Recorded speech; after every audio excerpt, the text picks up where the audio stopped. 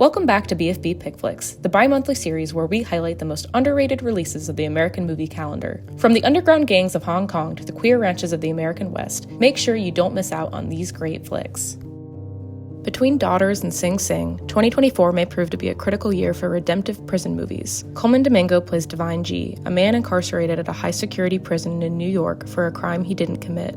In the wake of his injustice, he finds solace on the stage, serving as the reliable powerhouse of his prison theater troupe. When Divine I, a real-life inmate playing a younger version of himself, joins the group, a renewed brotherhood of truth through art emerges. The film is based on an existing rehabilitation program, hence the real Divine G and Divine I's story contribution credits. Shot on dreamy 16mm, the film's sunny compositions are a welcome departure from traditionally gritty depictions of prison life.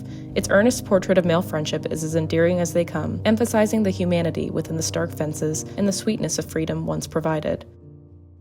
After a warm reception at Sundance earlier this year, India Donaldson's keenly observed debut, Good One, took to select theaters in August. Comparisons to filmmaker Kelly Reichardt abound, and for good reason. The film is understated character drama at its most quiet and uneasy. Relative newcomer Lily Kalias delivers an impressive, often mute performance as a recent high school graduate at a crossroads, more than holding her own against a brilliant James LeGros and Danny McCarthy. Both give persistently, borderline frustratingly, empathetic performances as flawed men, struggling fathers, and failed husbands. Gorgeous cinematography luxuriates in the natural world surrounding these characters, offering a beautifully simple foil to the increasingly complicated emotional world of the film's central trio. It is a highly specific coming-of-age story that captures with startling authenticity the all-too-familiar moment when a former kid realizes that the adults around her don't actually have it figured all out, not even close.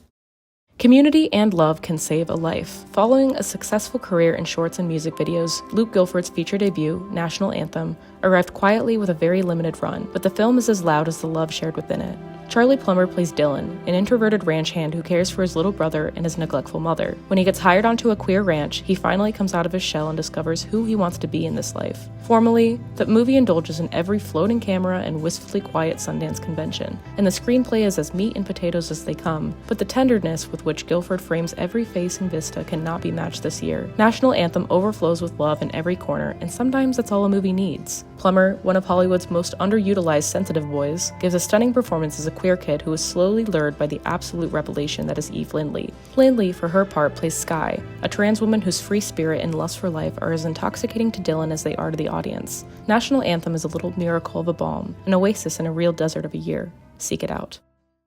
Twilight of the Warriors Walled In arrived to U.S. attention via the Cannes to Letterboxd pipeline. The film is a neo-noir martial arts crime film that presents solemn, po-faced seriousness along action so insane that it's funny. It follows a young outsider who arrives in the Kowloon walled city and soon finds himself at the center of a gang war. The staggering density of Kowloon is used to great effect in the film's many fight scenes and chase sequences, featuring an exciting emphasis on verticality. The fights also have a fantastical element to them, old men defying all known laws of physics to deliver a dropkick, a villain with an Achilles heel-esque power, etc. It all stands out against a strong crime drama narrative wherein Silver Fox gang bosses have very serious discussions before fists are thrown and violent hilarity ensues. The action has to be seen to believed and enough of a draw on its own, but it comes packaged in a neat, dramatic bow.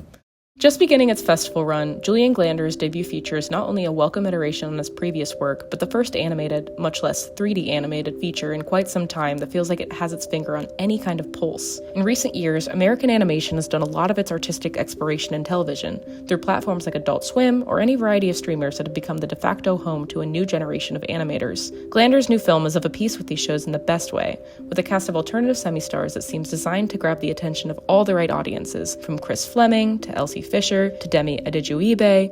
The story is a relatively familiar coming-of-age narrative with standard moments and MacGuffins reskinned to fit Glander's delicately designed, absurdist 2010s internet humor aesthetic. So sure, there aren't a lot of surprises here, but the classics are classics for a reason, and Boys Go to Jupiter has more than enough personality to stand on its own. If there's another animated feature this year or next that looks and feels anything like this, I'll eat my shoe. For more insightful reviews, check out our blog at www.bufffilmbuffs.com. I'm Lydia from the BFBs, and we'll see you at the movies.